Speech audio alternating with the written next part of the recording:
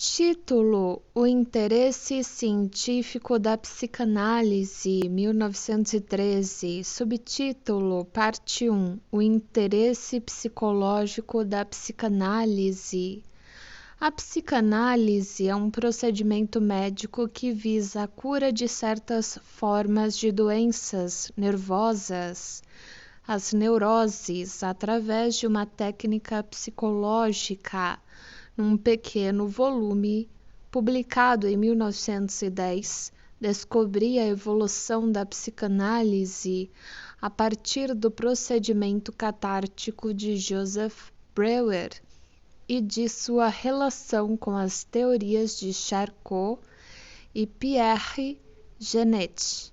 Podemos citar como exemplos de distúrbios que são acessíveis ao tratamento psicanalítico as convulsões histéricas e as paralisias, bem como os diversos sintomas da neurose obsessiva, ideias e ações obsessivas.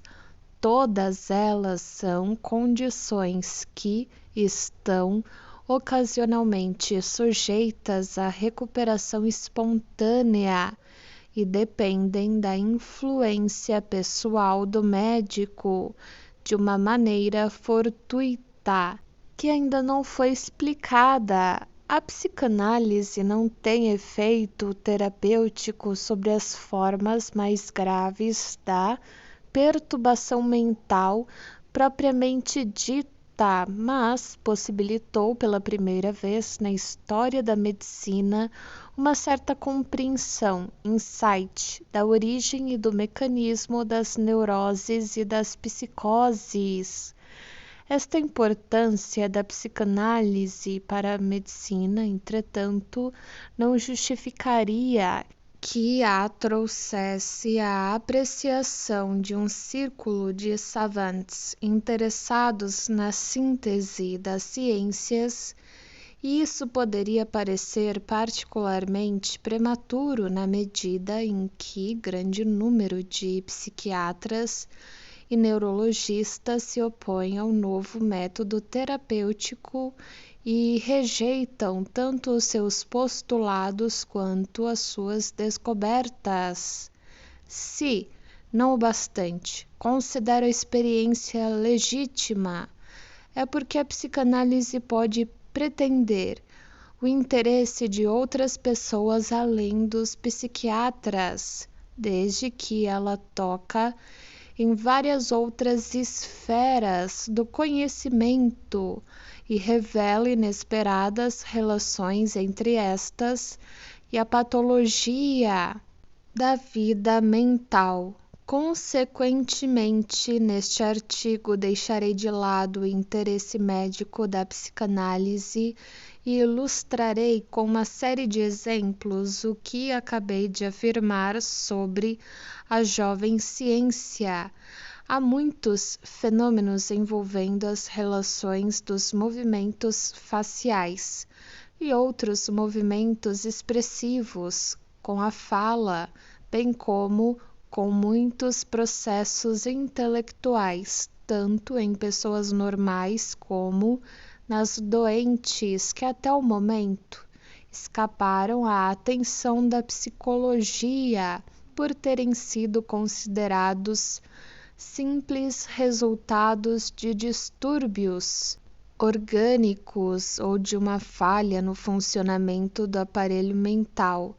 Refiro-me às parapraxias, lapsos de linguagem ou da escrita, esquecimentos, etc., às ações casuais e aos sonhos das pessoas normais, assim como às crises convulsivas, delírios, visões e ideias ou atos obsessivos dos pacientes neuróticos. Esses fenômenos, quando não foram inteiramente negligenciados, como no caso das parapraxias, foram relegados à patologia e foi feita uma tentativa de encontrar-lhes explicações fisiológicas, embora estas fossem invariavelmente insatisfatórias. A psicanálise, pelo contrário, foi capaz de demonstrar que todos esses fenômenos podem ser explicados por meio de hipóteses de natureza puramente psicológica e encaixados na cadeia de fatos psíquicos que já conhecemos. Assim, se por um lado a psicanálise restringiu a área submetida ao ponto de vista fisiológico, por outro trouxe uma grande parte da patologia para a esfera da psicologia. Nesse caso, os fenômenos normais oferecem as provas mais convincentes. A psicanálise não pode ser acusada de ter aplicado a casos normais descobertas a que chegou partindo de material patológico. As provas, nestes como naqueles, foram atingidas independentemente e demonstraram que os processos normais e os descritos como patológicos seguem as mesmas regras. Examinarei agora mais pormenorizadamente dois dos fenômenos normais, isto é, fenômenos que podem ser observados em pessoas normais em que estamos aqui interessados, a saber, as parapraxias e os sonhos. Entendo por parapraxias a ocorrência em pessoas sadias e normais de fatos como esquecimento de palavras e nomes que nos são normalmente familiares, esquecimento do que pretendíamos fazer, incursão em lapsos de linguagem e escrita, erros de leitura, colocação de coisas em lugares errados, incapacidade de encontrá-las, perda de objetos, enganos em assuntos que conhecemos muito bem e certos gestos e movimentos habituais. Todos esses fatos têm recebido pouca atenção na psicologia, foram classificados como exemplos de distração, sendo atribuídos à fadiga, à falta de atenção ou aos efeitos colaterais de certas doenças leves.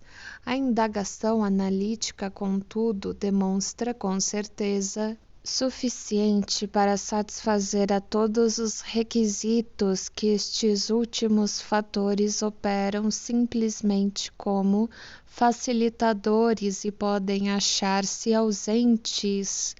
As parapraxias são fenômenos psíquicos plenamente desenvolvidos e sempre possuem um significado e uma intenção. Servem a propósitos definidos que, devido à sua situação psicológica predominante, não podem ser expressos de nenhuma outra maneira. Essas situações, via de regra, envolvem um conflito psíquico que impede a intenção subjacente de encontrar expressão direta e a desvia ao longo de caminhos indiretos. A pessoa que comete uma parapraxia pode notá-la ou menosprezá-la. A intenção reprimida subjacente à parapraxia pode lhe ser até familiar, mas geralmente não se dá conta, sem o auxílio da análise, de que essa intenção é responsável pela parapraxia em questão. As análises das parapraxias são geralmente muito fáceis e rápidas. Se chama a atenção da pessoa para um engano, o pensamento que lhe ocorre em seguida lhe fornecerá sua explicação. As parapraxias constituem um material mais conveniente para quem desejar convencer-se da fidedignidade das explicações psicanalíticas. Numa pequena obra publicada pela primeira vez sob a forma de livro em 1904, apresentei um grande número de exemplos desse tipo e desde então pude acrescentar à minha coleção muitas contribuições de outros observadores. O motivo mais comum para reprimir uma intenção que daí em diante tem de contentar-se em encontrar expressão numa parapraxia resulta ser a necessidade de evitar o desprazer. Assim esquecemos obstinadamente um nome próprio se nutrirmos um rancor secreto contra o seu possuidor. Esquecemos de levar adiante uma intenção se na realidade formulamo-la contra a vontade, apenas pressionados por alguma convenção. Para dar um exemplo, perdemos um objeto se ele faz lembrar alguém com quem tivemos uma briga, a pessoa que nos deu o objeto, por exemplo. Tomamos o trem errado se estivermos fazendo uma viagem contra a vontade e preferíssemos estar noutro lugar. Esta necessidade de evitar o desprazer é percebida mais claramente no que se refere ao esquecimento de impressões e experiências, fato que já fora observado por muitos escritores antes que a psicanálise existisse. A memória revela sua parcialidade, mostrando-se pronta a impedir a reprodução de impressões comprometidas com uma emoção angustiante, se bem que este propósito não possa ser alcançado em todos os casos. Noutros casos, a análise de uma parapraxia é menos simples e exige explicações menos óbvias, devido à entrada em ação de um processo que descrevemos como deslocamento. Podemos, por exemplo, esquecer o nome de uma pessoa contra quem não temos nenhuma objeção. A análise mostrará, contudo, que o nome despertou a lembrança de outra pessoa que tem o mesmo nome ou cujo som é semelhante, com o qual temos boas razões para antipatizar. Essa conexão levou ao esquecimento do nome da pessoa inocente. A intenção de esquecer foi, por assim dizer, deslocada ao longo de certa linha de associação.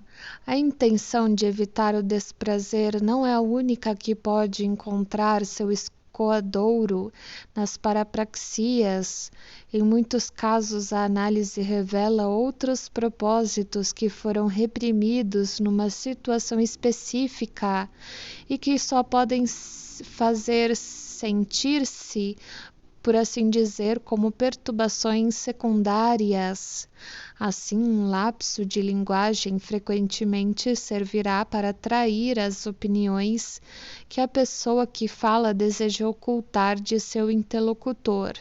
Os lapsos de linguagem foram entendidos nesse sentido por vários grandes escritores e com esse intuito empregadas em suas obras. A perda de objetos preciosos com frequência mostra ser um ato de sacrifício destinado a impedir algum mal esperado. Muitas outras superstições também sobrevivem sob a forma de parapraxias. Em pessoas instruídas, a colocação de objetos em lugares errados, via de regra, significa a intenção de livrar-se deles. Os estragos que uma pessoa causa aos seus próprios objetos, ostensivamente por acidentes, podem ter o sentido de tornar necessário a aquisição de algo melhor, e assim por diante.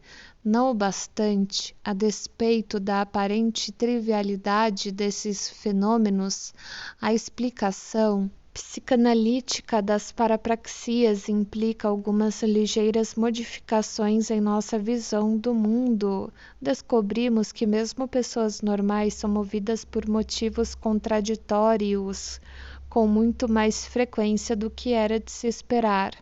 O número de ocorrências que podem ser descritas como acidentais é consideravelmente pequeno. É quase uma consolação poder excluir a perda de objetos dos acontecimentos fortuitos da vida. Nossos enganos com frequência resultam ser um disfarce para nossas intenções secretas. Mas, o que é mais importante, muitos acidentes sérios que de outro modo teríamos atribuído inteiramente ao acaso, revelam, quando analisados, a participação da própria volição do sujeito, embora sem ser claramente admitida por ele. A distinção entre um acidente casual e autodestruição deliberada, que na prática muitas vezes é tão difícil de precisar, torna-se ainda mais dúbia quando examinada de um ponto de vista psicanalítico. A explicação das parapraxias deve o seu valor teórico à facilidade com que podem ser solucionadas e a sua frequência nas pessoas normais. Entretanto, o sucesso da psicanálise em explicá-las é ultrapassado de muito em importância por outra conquista realizada pela própria psicanálise, relacionada com outro fenômeno da vida mental normal. Trata-se de interpretação de sonhos, que causou o primeiro conflito da psicanálise com a ciência oficial, o que passou a ser seu destino. A pesquisa médica explica os sonhos como sendo fenômenos puramente somáticos, sem sentido ou significação, e considera-os como a reação de um órgão mental mergulhado em estado de sono aos estímulos físicos que o mantêm. Parcialmente desperto, a psicanálise eleva a condição dos sonhos a de atos psíquicos possuidores de sentido e intenção, e com um lugar na vida mental do indivíduo, apesar de sua estranheza, incoerência e absurdo.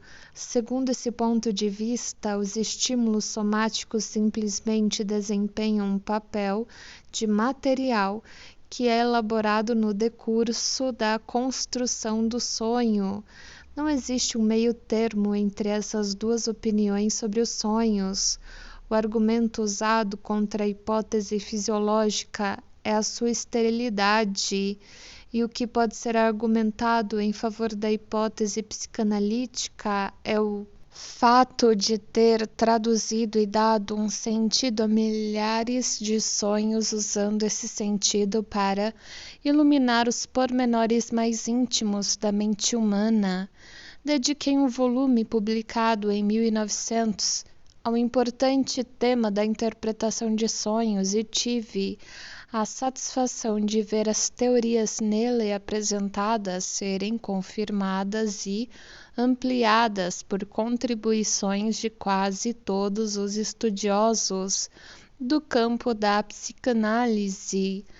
Há uma concordância geral no sentido de que a interpretação de sonhos é a pedra fundamental da obra psicanalítica e que suas descobertas constituem a mais importante contribuição da psicanálise à psicologia. Não posso me deter aqui na técnica por meio da qual se chega a uma interpretação de sonhos, nem tampouco apresentar as bases das conclusões a que a investigação psicanalítica conduziu. Tenho de restringir-me a enunciar alguns novos conceitos, comunicando minhas descobertas e ressaltando sua importância para a psicologia normal. A psicanálise, portanto, demonstrou os fatos que se seguem. Todos os sonhos têm um significado. Sua estranheza é devida a distorções que foram feitas na expressão desse significado. Sua aparência absurda é deliberada e exprime zombaria, ridículo e contradição. Sua incoerência é uma questão de indiferença para com a interpretação. O sonho, tal como o recordamos depois de acordar, é descrito por nós através de seu conteúdo manifesto, No processo de interpretação deste, somos conduzidos aos pensamentos oníricos latentes que jazem ocultos por trás do conteúdo manifesto e são por este representados.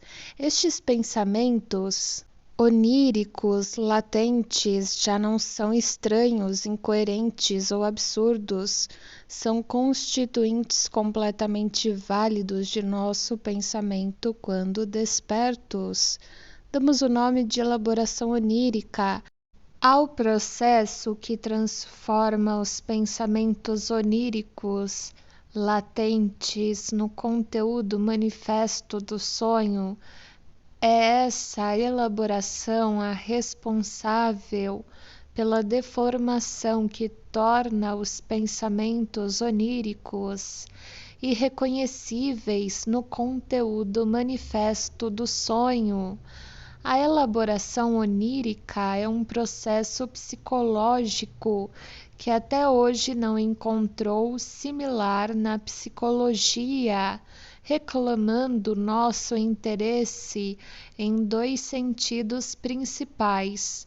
Em primeiro lugar, traz ao nosso conhecimento processos novos como a condensação de ideias e o deslocamento da ênfase psíquica de uma ideia para outra, processos com os quais nunca, de forma nenhuma, nos deparamos em nossa vida desperta, a não ser como base daquilo que é conhecido como erros de pensamento.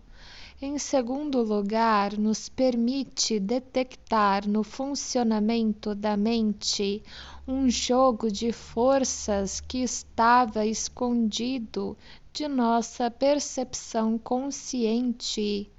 Descobrimos que há uma censura, um órgão de verificação a funcionar em nós, que decide se uma ideia que surge na mente deve ter ou não permissão de chegar à consciência e que, até onde está em seu poder, exclui implacavelmente qualquer coisa que possa produzir ou reviver um desprazer.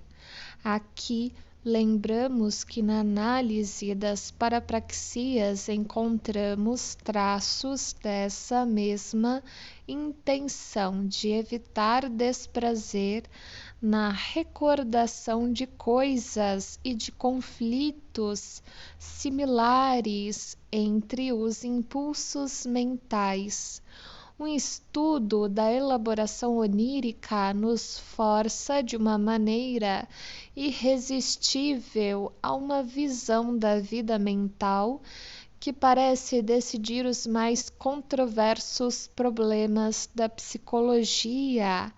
A elaboração onírica nos compele a pressupor a existência de uma atividade psíquica inconsciente que é mais abrangente, mais importante do que a familiar.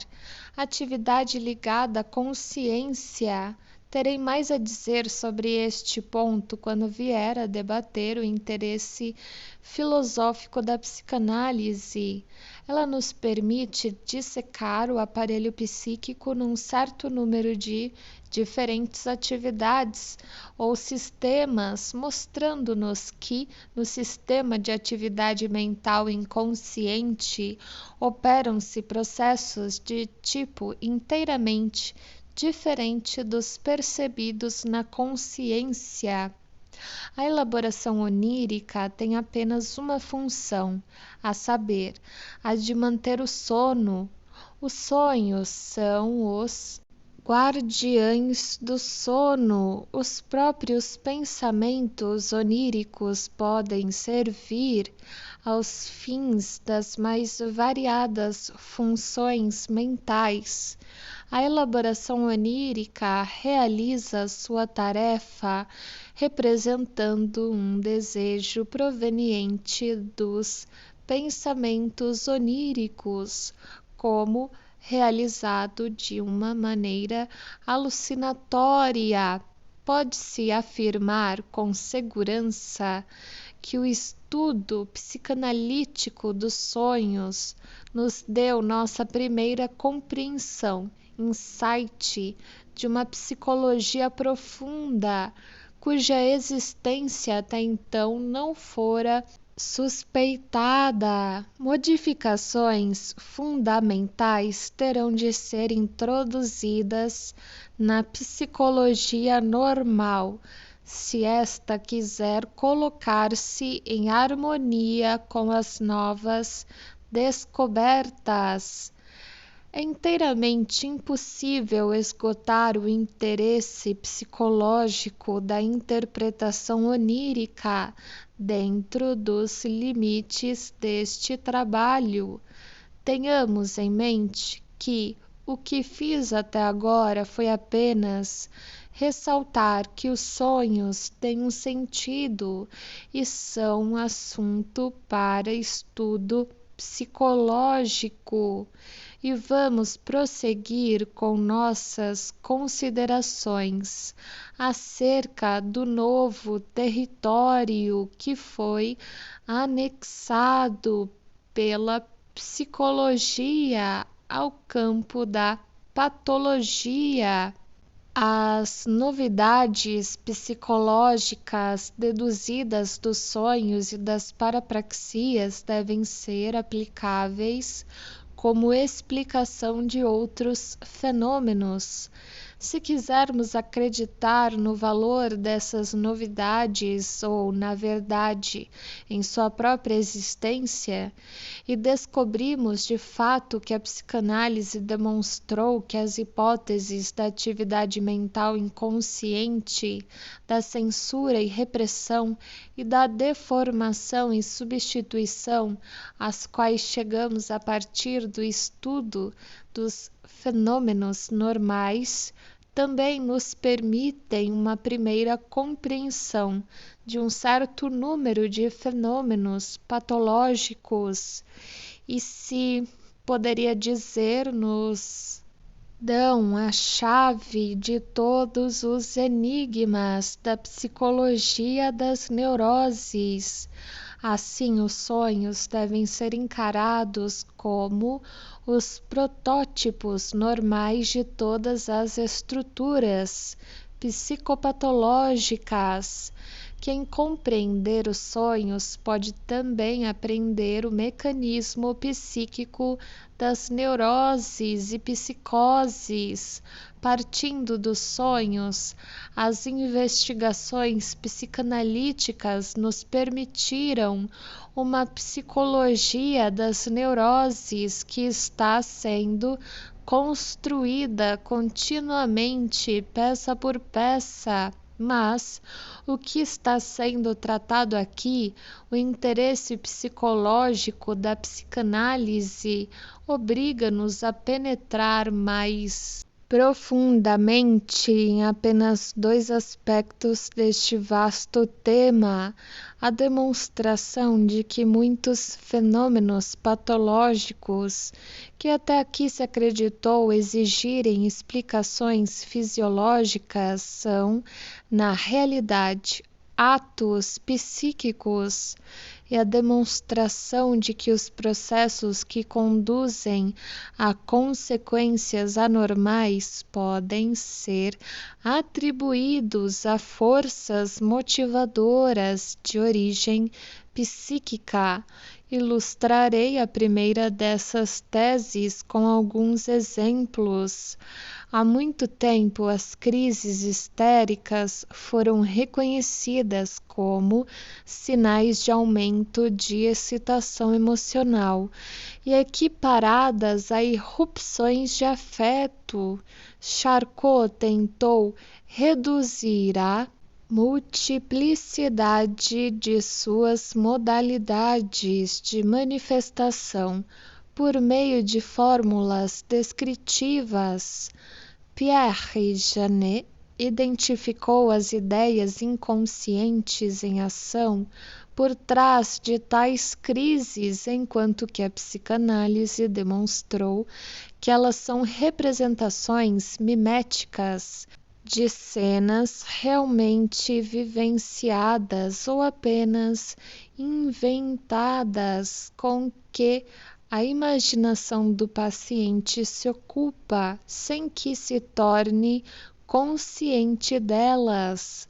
O sentido dessas pantomimas é ocultado dos espectadores por meio de condenações de deformações dos atos que elas representam. E isso se aplica igualmente àqueles atos que são descritos como sintomas crônicos de pacientes histéricos.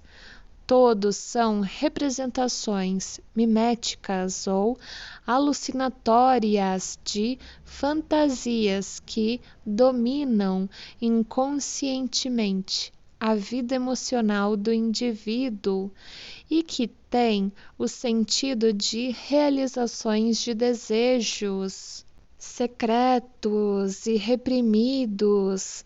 O caráter atormentador desses sintomas se deve ao conflito interno a que a mente do paciente é levada pela necessidade de combater esses desejos inconscientes. Noutro distúrbio neurótico, a neurose obsessiva, os pacientes se tornam vítimas de cerimoniais aflitivos e, aparentemente insensatos, que assumem a forma de uma repetição rítmica de atos mais triviais, tais como lavar-se ou vestir-se, ou de executar injunções sem sentido ou obedecer a proibições misteriosas. Foi nada menos que um triunfo da pesquisa psicanalítica conseguir demonstrar que todos esses atos obsessivos, mesmo os mais insignificantes e triviais, têm um sentido e são reflexos traduzidos em termos indiferenciados dos conflitos da vida dos pacientes, da luta entre tentações e restrições morais, reflexos do próprio desejo proscrito e da punição e expiação em que esse desejo incorre. Noutra forma da mesma perturbação, a vítima sofre de ideias atormentadoras, obsessões que a ela se impõem, sendo acompanhadas por emoções cujo caráter e intensidade são muitas vezes explicados apenas de maneira muito inadequada pelos termos das próprias ideias obsessivas. A investigação analítica demonstrou, nesse caso, que as emoções são plenamente justificadas, visto corresponderem a autocensuras que se baseiam em algo que é, pelo menos, psiquicamente real, mas as ideias a que essas emoções estão ligadas não são as originais, tendo chegado à posição presente por um processo de deslocamento, substituindo algo que foi reprimido. Se esses deslocamentos puderem ser invertidos, estará aberto o caminho para a descoberta das ideias reprimidas, e se descobrirá que a relação entre a emoção e a ideia é perfeitamente apropriada. Noutra perturbação neurótica, a demência precoce, parafrenia ou esquizofrenia, condição na realidade incurável, o paciente fica, nos casos mais graves, num estado evidente de completa apatia Com frequência, as únicas ações que lhe restam são certos movimentos e gestos monotonamente repetidos e que têm o nome de estereotipias. Uma investigação analítica desse tipo de resíduos feita por Jung demonstrou constituírem os remanescentes de ações miméticas perfeitamente significativas, as quais, em certa época, expressaram os desejos dominantes do indivíduo.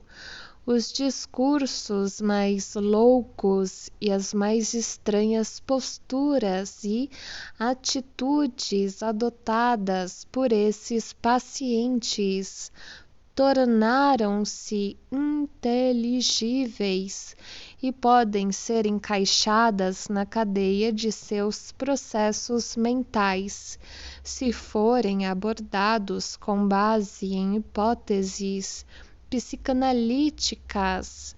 Considerações similares aplicam-se aos delírios e às alucinações, bem como aos sistemas delirantes apresentados por diversos pacientes psicóticos, onde até então parecia prevalecer apenas o mais aberrante capricho. A pesquisa psicanalítica introduziu regras, ordem e conexão, ou pelo menos nos permitiu suspeitar de sua presença nas investigações que ainda se acham incompletas.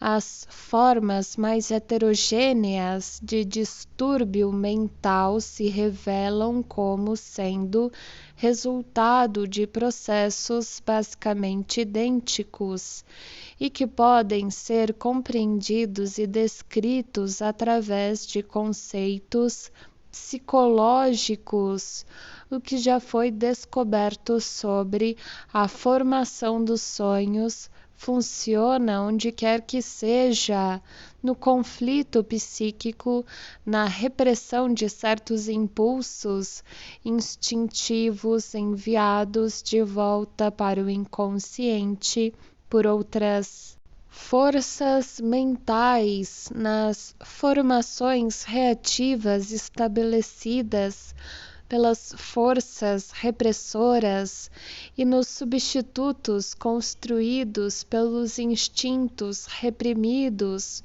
mas não despojados de toda sua energia. Os processos acessórios de condensação e de deslocamentos tão familiares a nós nos sonhos podem também ser encontrados em toda parte. A multiplicidade de quadros clínicos observada pelos psiquiatras depende de duas outras coisas: da multiplicidade dos mecanismos psíquicos à disposição dos processos repressivos e da multiplicidade de disposições desenvolvimentais que dão aos impulsos reprimidos oportunidade de irromperem através de estruturas substitutivas. A psicanálise mostra à psicologia a solução de metade dos problemas da psiquiatria.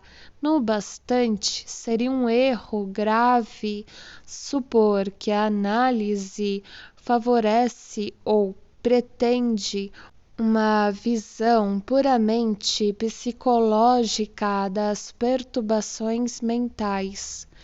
Não se pode menosprezar o fato de que a outra metade dos problemas da psiquiatria relaciona-se com a influência de fatores orgânicos, mecânicos, tóxicos ou infecciosos sobre o mecanismo mental.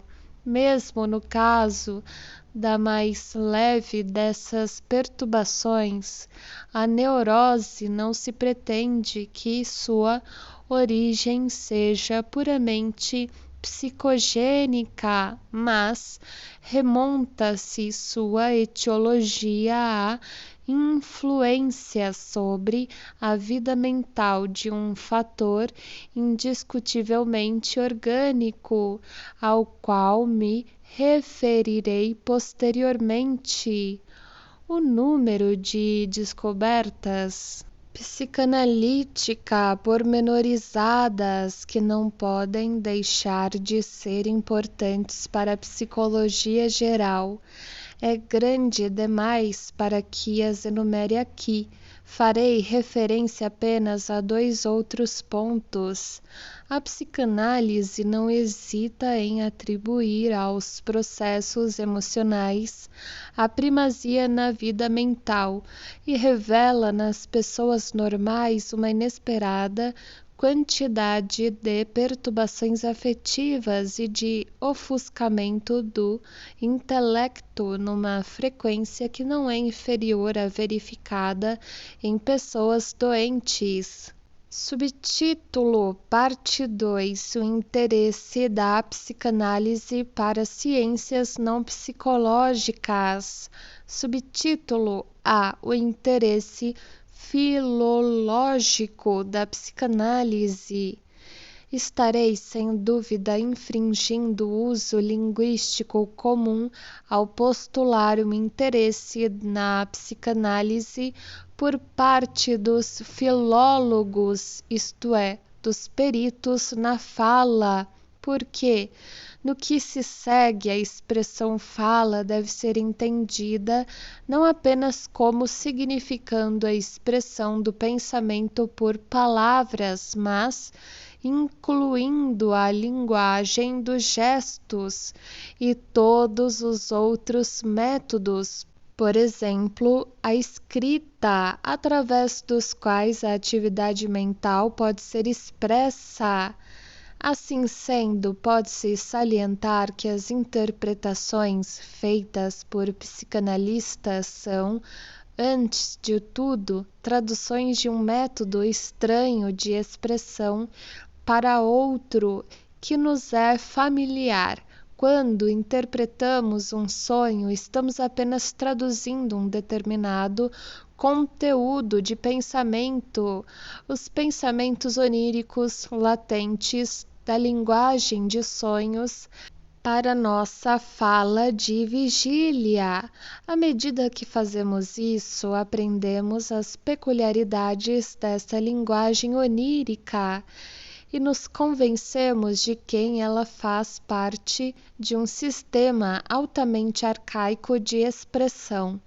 Assim, para dar um exemplo, não existe uma indicação especial para o negativo na linguagem dos sonhos.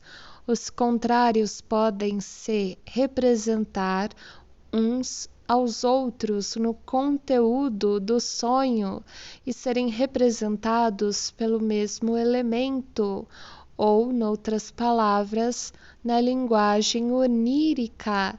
Os conceitos são ainda ambivalentes e unem dentro de si significados contrários, como é o caso de acordo com as hipóteses dos filólogos, das mais antigas raízes das línguas históricas. Outra característica notável de nossa linguagem onírica é seu emprego extremamente frequente de símbolos, o que nos possibilita, até certo ponto, traduzir o conteúdo dos sonhos sem referência às associações de quem sonhou. Nossas pesquisas ainda não elucidaram suficientemente a natureza essencial desses símbolos. São em parte analogias e sucedâneos baseados em semelhanças óbvias, mas em alguns detalhes o tertium comparationis presumivelmente presente foge ao nosso entendimento consciente. É precisamente essa última classe de símbolos que deve provavelmente originar-se das primeiras fases de evolução linguística e construção conceitual. Nos sonhos, são acima de tudo os órgãos e as atividades sexuais que são representados simbolicamente, em vez de sê-lo de modo direto. Um filólogo de Uppsala, Hans Sperber, apenas recentemente, 1912, tentou provar que as palavras que originalmente representavam atividades sexuais sofreram com base em analogias dessa espécie, uma modificação de grandes e extraordinárias consequências em seu significado. Se pensarmos que os meios de representação nos sonhos são principalmente imagens visuais e não palavras, veremos que é ainda mais apropriado comparar os sonhos a um sistema de escrita do que a uma linguagem. Na realidade, a interpretação dos sonhos é totalmente análoga ao deciframento de uma antiga escrita pictográfica, como os hieróglifos egípcios. Em ambos os casos, há certos elementos que não se destinam a ser interpretados ou lidos, segundo for o caso, mas têm por intenção servir de determinativos, ou seja, estabelecer o significado de algum outro elemento. A ambiguidade dos diversos elementos dos sonhos encontra paralelo nesses antigos sistemas de escrita, bem como a omissão de várias relações que, em ambos os casos, tem de ser suprida pelo contexto. Se esta concepção do método de representação nos sonhos ainda não foi levada avante, isto, como facilmente se compreenderá, deve ser atribuído ao fato de os psicanalistas ignorarem completamente a atitude e o conhecimento com que um filólogo abordaria um problema como o apresentado pelos sonhos. A linguagem dos sonhos pode ser encarada como o método pelo qual a atividade mental inconsciente se expressa, mas o inconsciente fala mais de um dialeto, de acordo com as diferentes condições psicológicas que orientam e distinguem as diversas formas de neurose. Encontramos modificações regulares na maneira pela qual os impulsos mentais inconscientes se expressam. Enquanto a linguagem de gestos da histeria concorda em geral com a representação pictórica dos sonhos e das visões, etc., a linguagem de pensamento das neuroses obsessivas e das parafrenias, demência precoce e paranoia, apresenta peculiaridades idiomáticas especiais que, num certo número de casos, fomos capazes de compreender e interrelacionar. Por exemplo, o que um histérico expressa através de vômitos, um obsessivo expressará por meio de penosas medidas de proteção contra infecções, enquanto um parafrênico será levado a queixas ou suspeitas de estar sendo envenenado.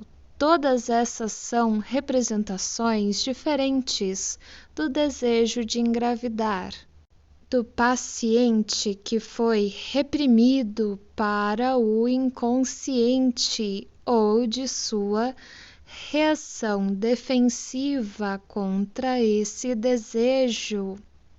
Subtítulo B: o interesse filosófico da psicanálise.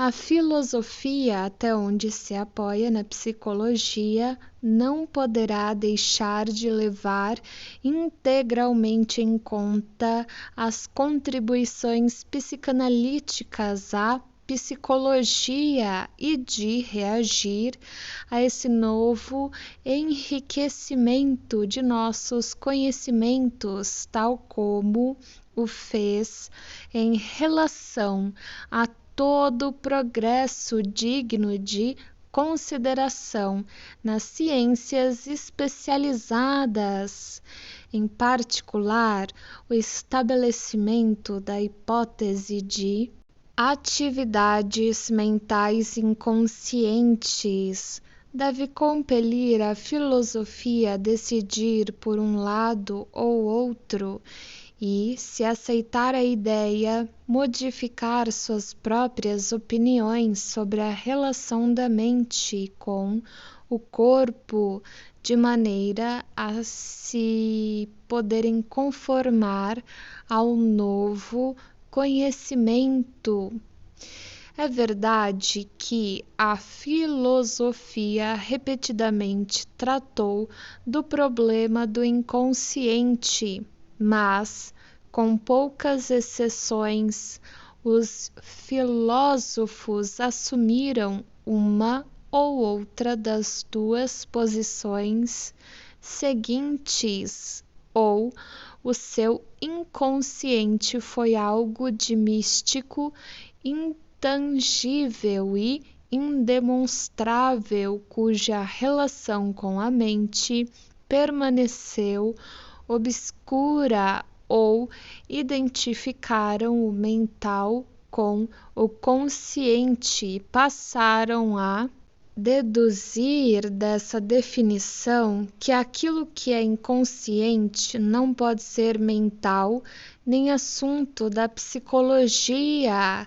Essas opiniões devem ser atribuídas ao fato de os filósofos terem formado seu julgamento sobre o inconsciente sem estarem familiarizados com os fenômenos da atividade mental inconsciente e, assim, sem qualquer suspeita de até onde esses fenômenos se assemelham ao consciente ou em que aspectos dele diferem. Se alguém, tendo esse conhecimento, não o bastante se aferrar à convicção que iguala o consciente ao psíquico e, consequentemente, nega ao inconsciente o atributo de ser psíquico, nenhuma objeção naturalmente pode ser feita, à exceção de que essa distinção resulta ser altamente impraticável, pois é fácil descrever o inconsciente e acompanhar seus desenvolvimentos.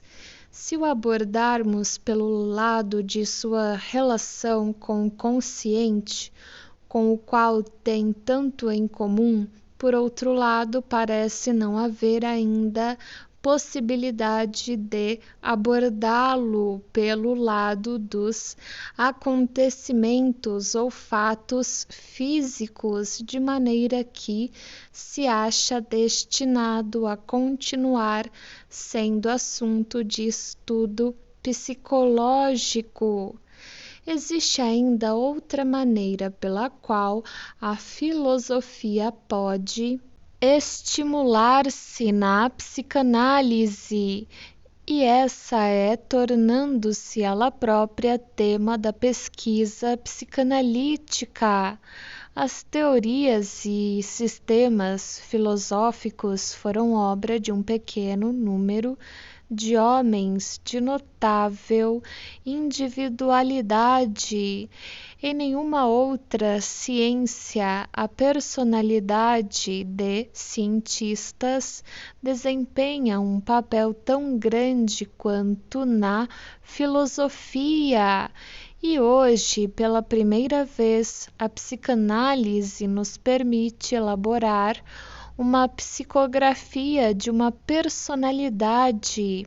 Ela nos ensina a identificar as unidades afetivas, os complexos dependentes de instintos, cuja presença é presumida em cada indivíduo, e possibilita o estudo das transformações e produtos finais que surgem dessas forças instintivas, revela as relações da disposição constitucional de uma pessoa e dos acontecimentos de sua vida com as realizações abertas a ela, em virtude de seus dons peculiares, pode fazer conjecturas com mais ou menos certeza, através da obra de um artista, sobre a personalidade íntima que reside por trás dela. Da mesma maneira, a psicanálise pode indicar os motivos subjetivos e individuais existentes por trás das teorias filosóficas que surgiram aparentemente de um trabalho lógico imparcial, e chamar a atenção do crítico para os pontos fracos do sistema.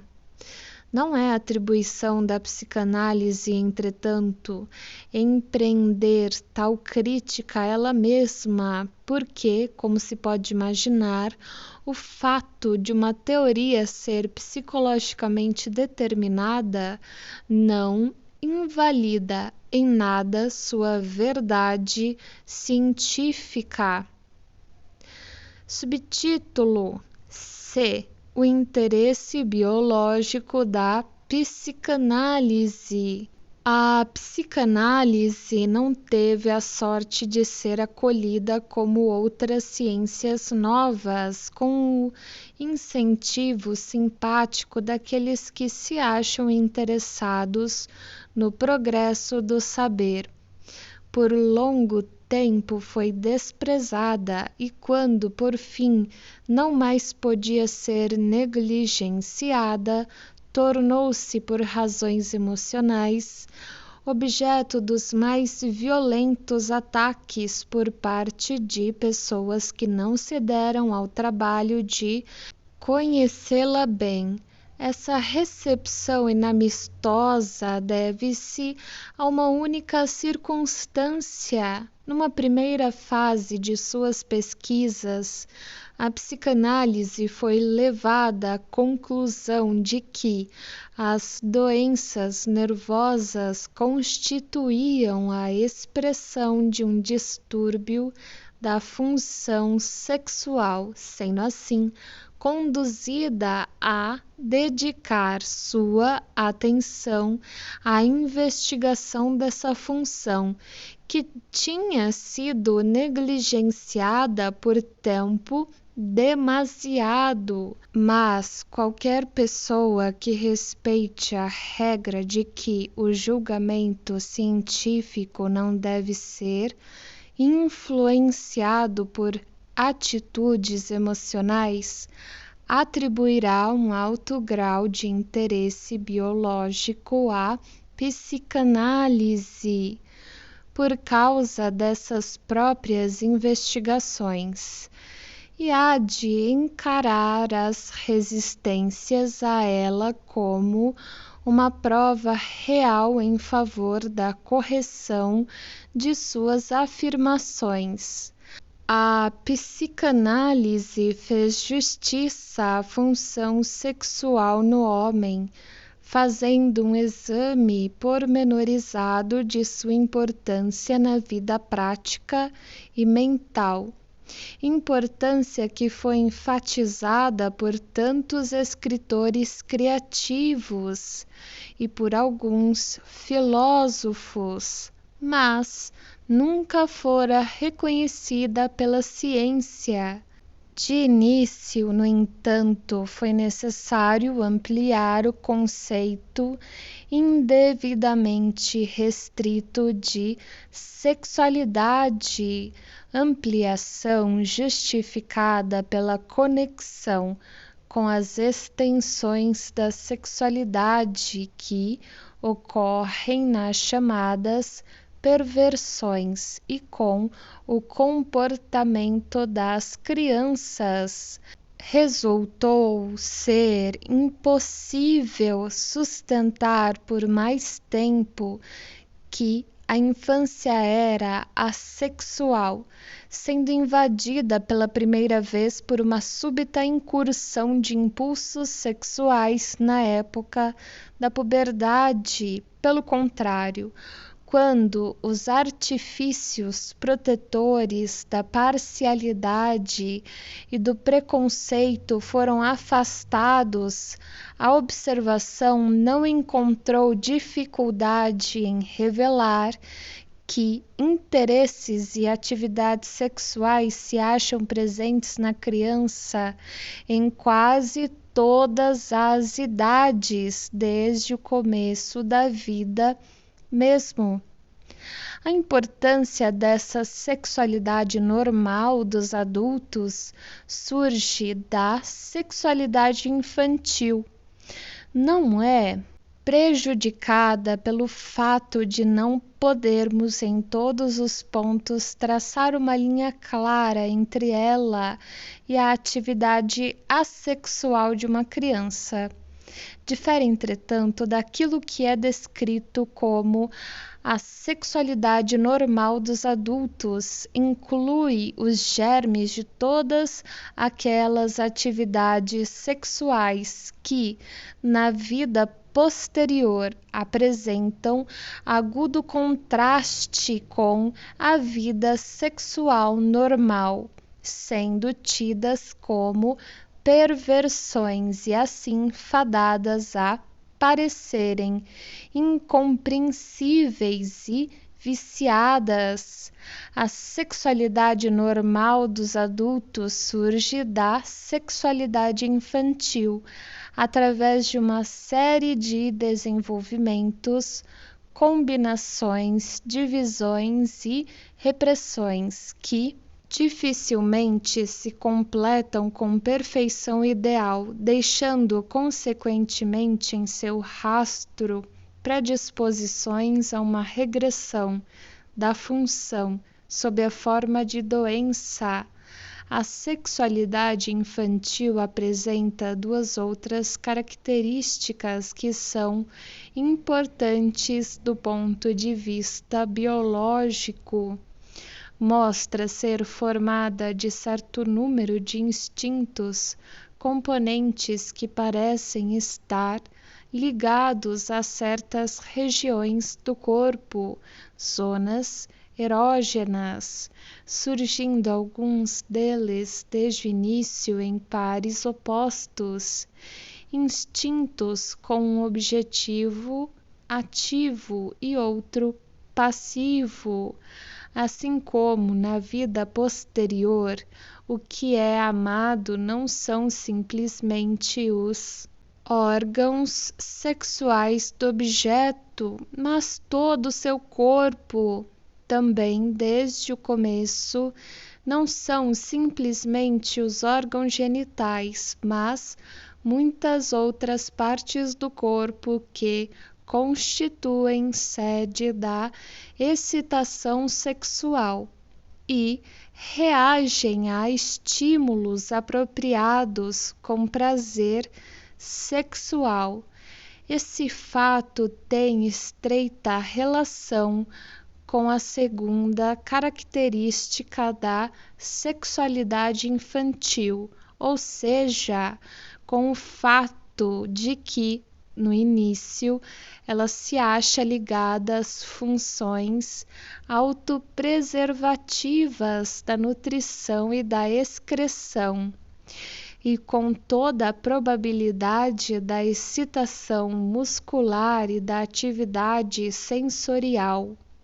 Se examinarmos a sexualidade do adulto com o auxílio da psicanálise e considerarmos a vida das crianças à luz dos conhecimentos que assim obtivermos, perceberemos que a sexualidade não é simplesmente uma função que serve aos fins da reprodução, no mesmo nível que a digestão e a respiração, etc.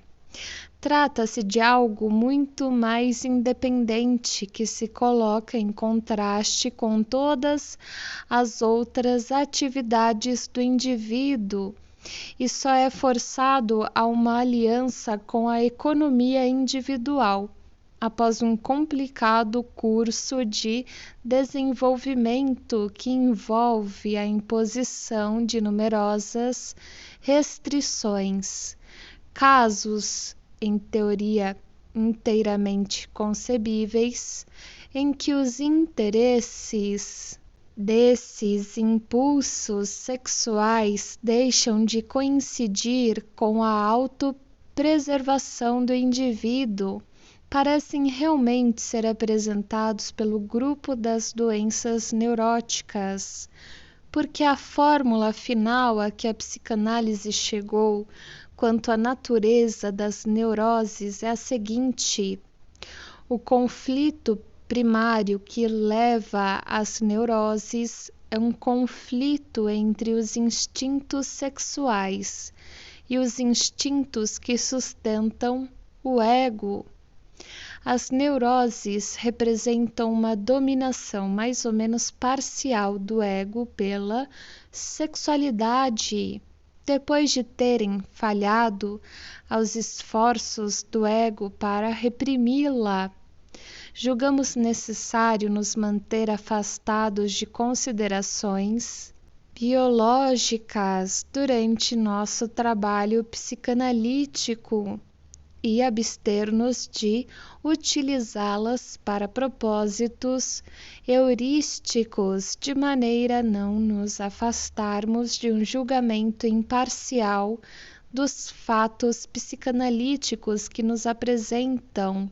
Mas, depois de completar nosso trabalho psicanalítico, teremos de encontrar um ponto de contato com a biologia, e será justa a nossa satisfação se constatarmos que esse contato já está assegurado num ou noutro ponto importante.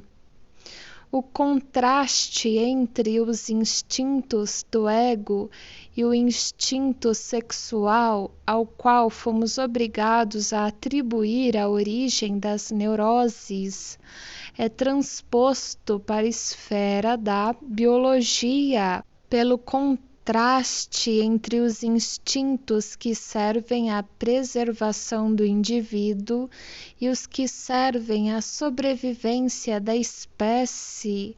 Na biologia encontramos a mais abrangente concepção de um plasma germinal e moral, ao qual os diferentes indivíduos transitórios se ligam como órgãos que se desenvolvem sucessivamente. É somente essa concepção que nos permite compreender corretamente o papel desempenhado pelas forças instintivas sexuais na filosofia e na psicologia.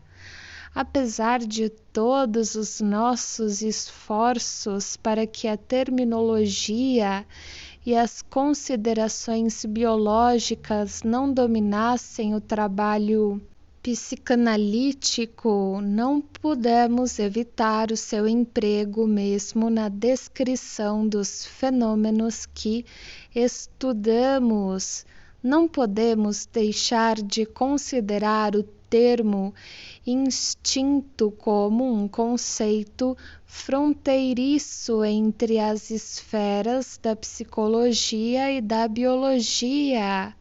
Falamos também de atributos e impulsos mentais masculinos e femininos. Embora estritamente falando, as diferenças entre os sexos não possam pretender nenhuma característica psíquica especial. Aquilo de que falamos na vida comum como masculino e feminino reduz-se do ponto de vista da psicologia às qualidades de atividade e passividade. Isto é, a qualidades determinadas não pelos próprios instintos, mas por seus objetivos. A associação regular desses ativos e passivos na vida mental reflete a bissexualidade dos indivíduos que está entre os postulados clínicos da psicanálise. Ficarei satisfeito se estas poucas observações chamarem a atenção para muitos aspectos em que a psicanálise atua como intermediária entre a biologia e a psicologia. Subtítulo D. O interesse da psicanálise de um ponto de vista de desenvolvimento. Nem toda análise de fenômenos psicológicos merece o nome de psicanálise, pois esta implica mais que a simples análises de fenômenos compostos em outros mais simples. Consiste em remontar uma determinada estrutura psíquica a outra que a precedeu no tempo e da qual se desenvolveu. O procedimento médico psicanalítico não pode eliminar um sintoma até haver traçado a origem e a evolução desse sintoma. Assim, desde o início, a psicanálise dirigiu-se no sentido de delinear processos de desenvolvimento. Começou por descobrir a gênese dos sintomas neuróticos e foi levada, à medida que o tempo passava, a voltar sua atenção para outras estruturas psíquicas e a construir uma psicologia genética que também se aplicasse. A psicanálise foi obrigada a atribuir a origem da vida mental dos adultos à vida das crianças e teve de levar a sério o velho ditado que diz que a criança é o pai do homem. Delineou a continuidade entre a mente infantil e a mente adulta e observou também as transformações e os remanejamentos que ocorreram no processo. Na maioria de nós existe em nossas lembranças uma lacuna que abrange os primeiros anos da infância, dos quais apenas algumas recordações fragmentárias sobrevivem. Pode-se dizer que a psicanálise preencheu essa lacuna e aboliu a amnésia infantil do homem. Algumas descobertas notáveis foram efetuadas no curso dessa investigação da mente infantil. Assim, foi possível confirmar o que já fora muitas vezes suspeitado: a influência extraordinariamente importante exercida pelas impressões da infância e particularmente pelos seus primeiros anos, sobre todo o curso da evolução posterior. Isso nos conduz ao paradoxo psicológico que somente para a psicanálise não é paradoxo de serem precisamente estas as mais importantes de todas as impressões, as que não são recordadas em anos posteriores. A psicanálise pôde estabelecer o caráter decisivo e indestrutível dessas primeiras experiências da maneira mais clara possível. No caso da vida sexual, on revient toujours à ses premiers amours, ou amours. É pura verdade. Os muitos enigmas da vida sexual dos adultos só podem ser solucionados se forem ressaltados os fatores infantis existentes no amor. Uma luz teórica é lançada sobre a influência deles depois de considerarmos que as primeiras experiências de um indivíduo na infância não ocorrem somente por acaso, mas correspondem também às primeiras atividades de suas disposições instintivas, inatas ou constitucionais. Outra descoberta muito mais surpreendente foi que, a despeito de toda a evolução posterior que ocorre no adulto, nenhuma das formações mentais infantis perece. Todos os desejos, impulsos instintivos, modalidades de reação e atitudes da infância acham-se ainda demonstravelmente presentes na maturidade e, em circunstância apropriada, podem mais uma vez surgir. Elas não são destruídas, mas simplesmente se sobrepõem para empregar o modo espacial de descrição que a psicologia psicanalítica foi obrigada a adotar.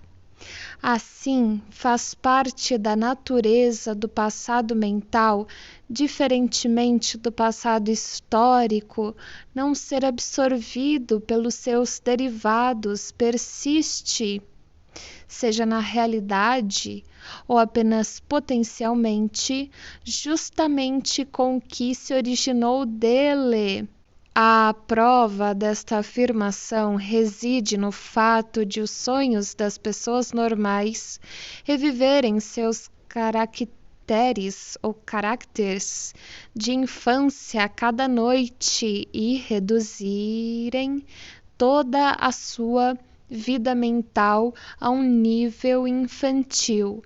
Esse mesmo retorno ao infantilismo psíquico, regressão, ocorre nas neuroses e psicoses, cujas peculiaridades podem, em grande parte, ser descritas como arcaísmos psíquicos. A intensidade com que os resíduos da infância ainda se acham presentes na mente nos é mostrada pelo grau de disposição para a doença. Essa disposição pode, por conseguinte, ser encarada como expressão de uma inibição do desenvolvimento. A parte do material psíquico de uma pessoa que permaneceu infantil e foi reprimida como imprestável constitui o cerne de seu inconsciente, e acreditamos que podemos seguir nas histórias de nossos pacientes a maneira pela qual esse inconsciente subjugado, como é pelas forças de repressão, fica à espera de uma possibilidade de tornar-se ativo e fazer uso de suas oportunidades se as estruturas psíquicas posteriores e mais elevadas fracassarem no domínio das dificuldades da vida real. Nos últimos anos, escritores psicanalíticos deram-se conta de que o princípio, abre aspas, a ontogenia é uma repetição da filogenia, fecha aspas, deve ser aplicado à vida mental, e isso resultou numa nova ampliação do interesse da psicanálise. Subtítulo E o interesse da psicanálise do ponto de vista da história da civilização. A comparação entre a infância dos homens e a primitiva história das sociedades já provou sua fecundidade em diversos sentidos, ainda que seu estudo esteja apenas começando. Nesta conexão, o modo de pensar psicanalítico atua como um novo instrumento de pesquisa. A aplicação de suas hipóteses à psicologia social torna possível tanto o levantamento de novos problemas como a visão dos antigos sob nova luz e nos capacita a contribuir para sua evolução. Em primeiro lugar, parece inteiramente possível aplicar os pontos de vista psicanalíticos deduzidos dos sonhos a produtos da imaginação étnica, como os mitos e os contos de fadas. Há muito tempo se sentia a necessidade de interpretar essas produções. Suspeitava-se existir algum sentido secreto por trás delas e presumiu-se que esse sentido se mantivesse oculto através de mudanças e transformações. O estudo dos sonhos e das neuroses, feito pela psicanálise, lhe trouxe a experiência necessária para capacitá-la a adivinhar os procedimentos técnicos que orientaram essas deformações num certo número de casos, porém, ela pôde também revelar os motivos que levaram a essa modificação do sentido original dos mitos. Não se pode aceitar como primeiro impulso para a construção de mitos um anseio teórico por encontrar uma explicação para os fenômenos naturais ou para elucidar observâncias e práticas de culto que se tornaram ininteligíveis. A psicanálise procura esse impulso nos mesmos complexos psíquicos, nas mesmas inclinações emocionais que descobriu como sendo a base dos sonhos e dos sintomas. Uma aplicação semelhante de seus pontos de vista, suas hipóteses e suas descobertas permitiu à psicanálise lançar luz sobre as origens de nossas grandes instituições culturais, a religião, a moralidade, a justiça e a filosofia. examinando as primitivas situações psicológicas que poderiam fornecer o motivo para criações desse tipo, ficou em posição de rejeitar certas tentativas de explicação que se baseavam numa psicologia demasiado superficial e substituí-las por uma compreensão, insight mais penetrante. A psicanálise estabeleceu uma estreita conexão entre essas realizações psíquicas de indivíduos, por um lado, e de sociedades, por outro, postulando uma mesma e única fonte dinâmica para ambas. Ela parte da ideia básica de que a principal função do mecanismo mental é aliviar o indivíduo das tensões nele criadas por suas necessidades. Uma parte desta tarefa pode ser realizada extraindo-se satisfação do mundo externo e, para esse fim, é essencial possuir controle sobre o mundo real, mas a satisfação de outra parte dessas necessidades, entre elas certos impulsos afetivos, é regularmente frustrada pela realidade.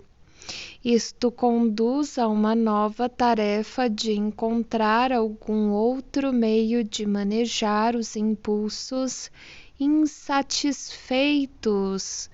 Todo o curso da história da civilização nada mais é que um relato dos diversos métodos adotados pela humanidade para sujeitar seus desejos insatisfeitos, que, de acordo com as condições cambiantes, modificadas ademais pelos progressos tecnológicos, defrontaram-se com a realidade, às vezes favoravelmente e outras com frustração. Uma investigação dos povos primitivos mostra a humanidade inicialmente aprisionada pela crença infantil em sua própria onipotência.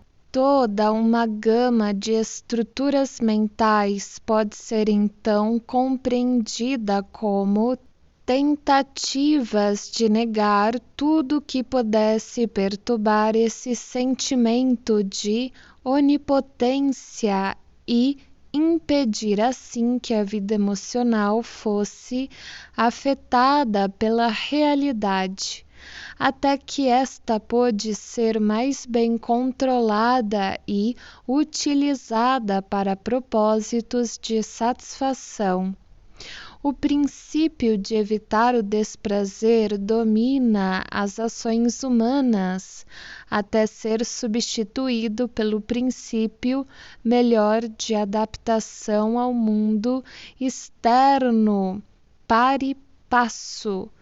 Com o controle progressivo dos homens sobre o mundo, segue uma evolução de sua Weltanschauung, sua visão do universo como um todo. Cada vez eles se afastam mais de sua crença original na própria onipotência, elevando-se da fase animista para a religiosa e desta para a científica. Os mitos, a religião e a moralidade podem ser situados nesse esquema como tentativas de busca, de compensação, de falta de satisfação dos desejos humanos.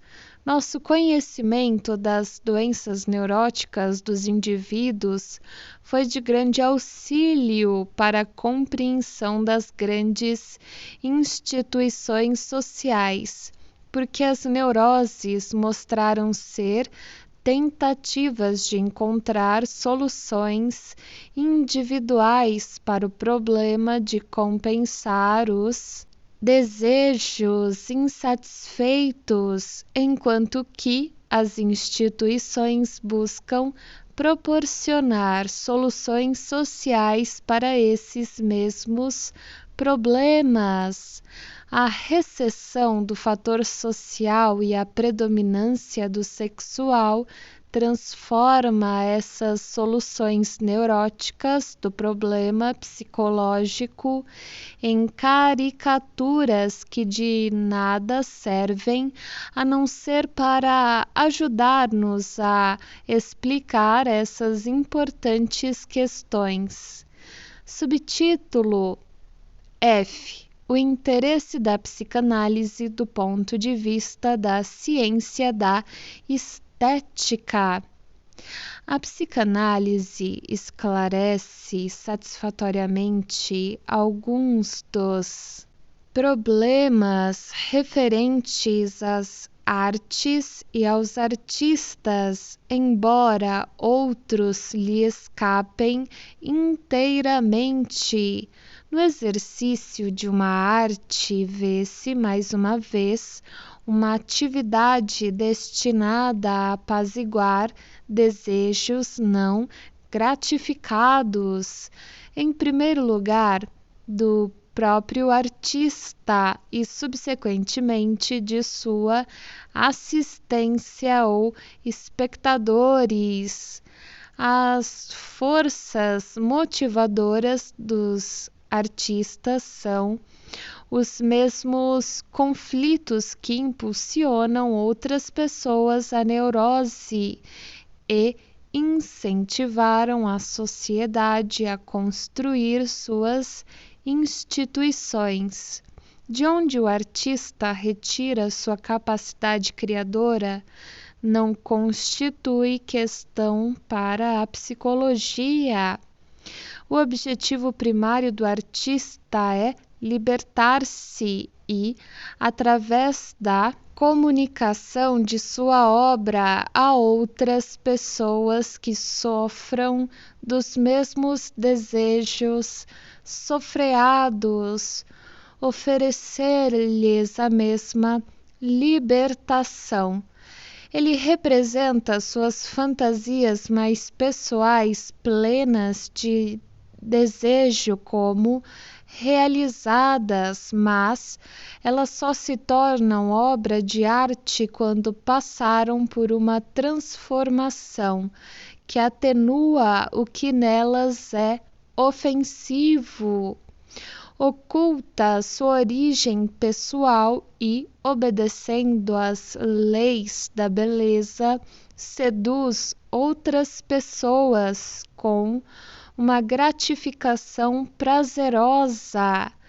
A psicanálise não tem dificuldade em ressaltar, juntamente com a parte manifesta do prazer artístico, uma outra que é latente, embora muito mais poderosa, derivada das fontes ocultas da libertação instintiva. A conexão entre as impressões da infância do artista e a história de sua vida, por um lado, e suas obras como reações a essas impressões, por outro, constitui um dos temas mais atraentes de estudo analítico.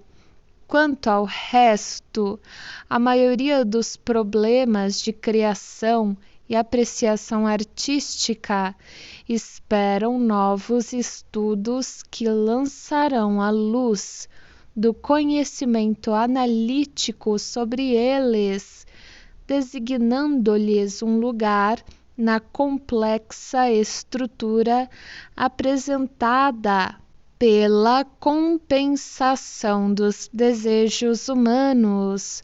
A arte é uma realidade convencionalmente aceita, na qual, graças à ilusão artística, os símbolos e os substitutos são capazes de provocar emoções reais. Assim, a arte constitui um meio-caminho entre uma realidade que frustra os desejos e o mundo de desejos realizados da imaginação. Uma região em que, por assim dizer, os esforços de onipotência do homem primitivo ainda se acham em pleno vigor. Subtítulo G. O interesse sociológico da psicanálise. É verdade que a psicanálise tomou como tema a mente individual, mas, ao fazer investigações sobre o indivíduo, não podia deixar de tratar da base emocional da relação dele com a sociedade. Foi descoberto que os sentimentos sociais contêm invariavelmente um elemento erótico, elemento que, se for superenfatizado e depois reprimido, tornar-se-á um dos sinais distintivos de um grupo particular de distúrbios mentais. A psicanálise reconheceu que, em geral, as neuroses são associais em sua natureza e visam sempre a impulsionar o indivíduo para fora da sociedade e a substituir a segura reclusão monástica dos primeiros dias pelo isolamento da doença. Demonstrou-se que o intenso sentimento de culpa que domina tantas neuroses constitui uma modificação social da ansiedade neurótica. Por outro lado, a psicanálise demonstrou plenamente o papel desempenhado pelas condições e exigências sociais como causadores de neurose.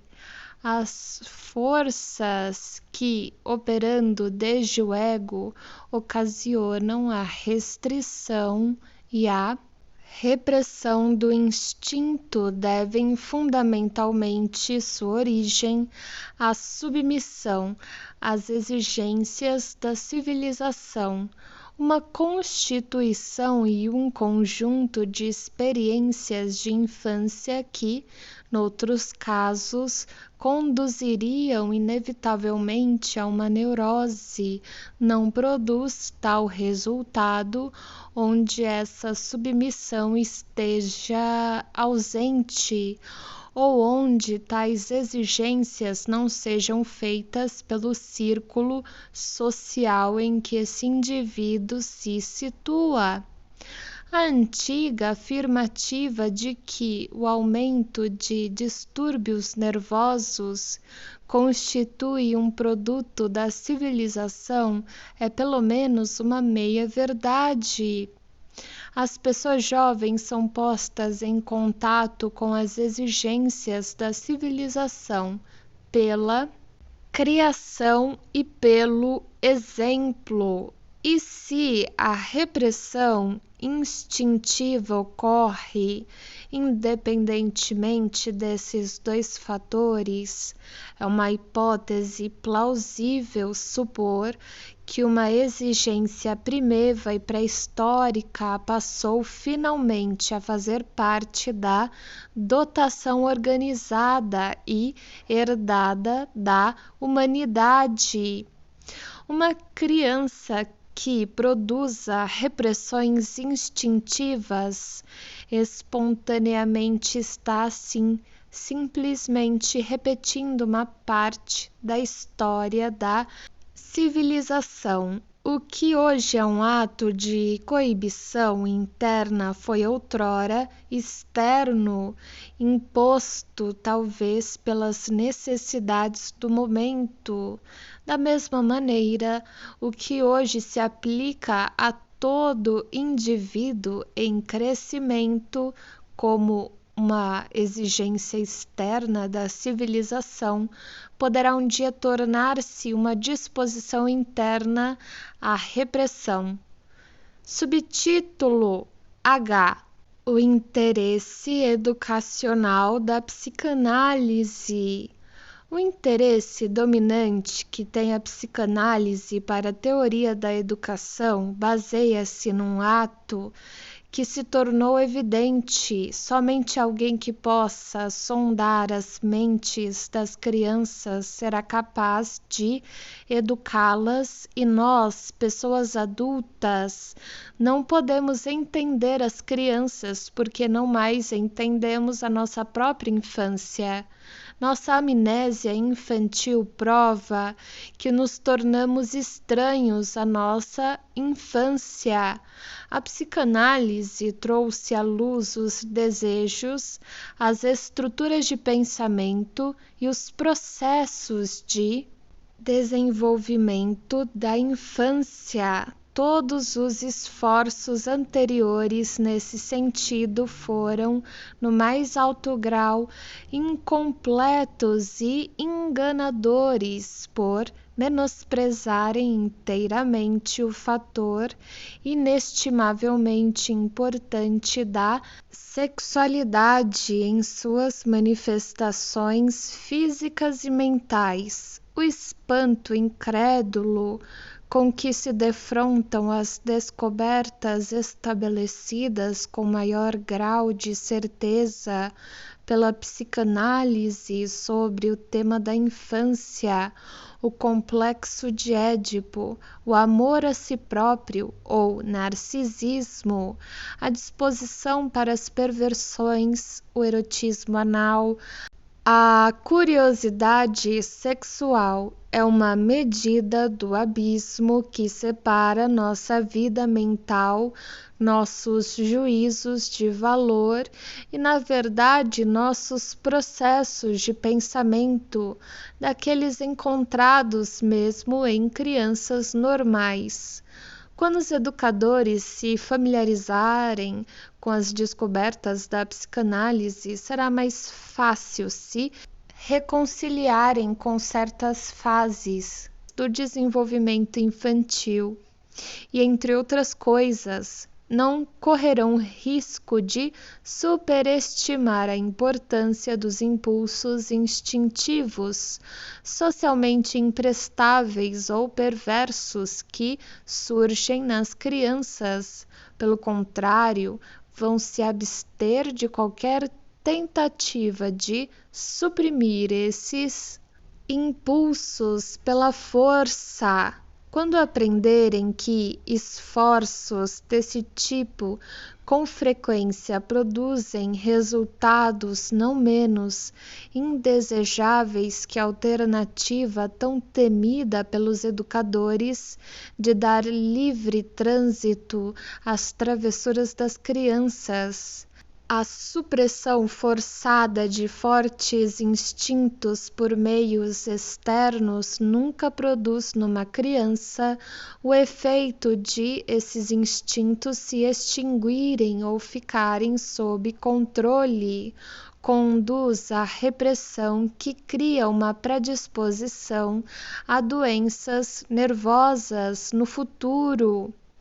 A psicanálise tem frequentes oportunidades de observar o papel desempenhado pela severidade inoportuna e sem discernimento da educação na produção de neuroses, ou o preço em perda de eficiência e capacidade de prazer, que tem de ser pago pela normalidade na qual o educador insiste.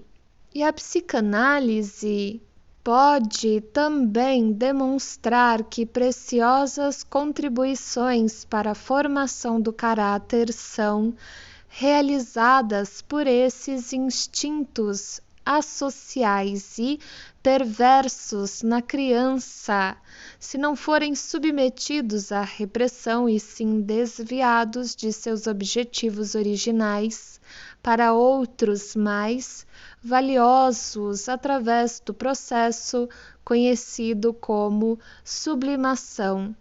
Nossas mais elevadas virtudes desenvolveram-se como formações reativas e sublimações de nossas piores disposições.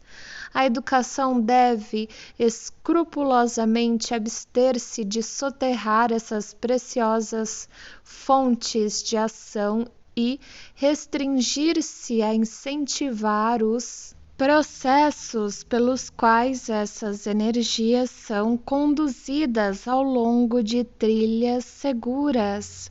Tudo o que podemos esperar a título de profilaxia das neuroses no indivíduo se encontra nas mãos de uma educação psicanaliticamente esclarecida. Não foi meu objetivo neste artigo colocar ante um público cientificamente orientado uma descrição do alcance do conteúdo da psicanálise ou de suas hipóteses, problemas e descobertas. Meu objetivo terá sido atingido se eu tiver deixado claras as muitas esferas de conhecimento em que a psicanálise é de interesse e os numerosos vínculos que começou a forjar entre elas.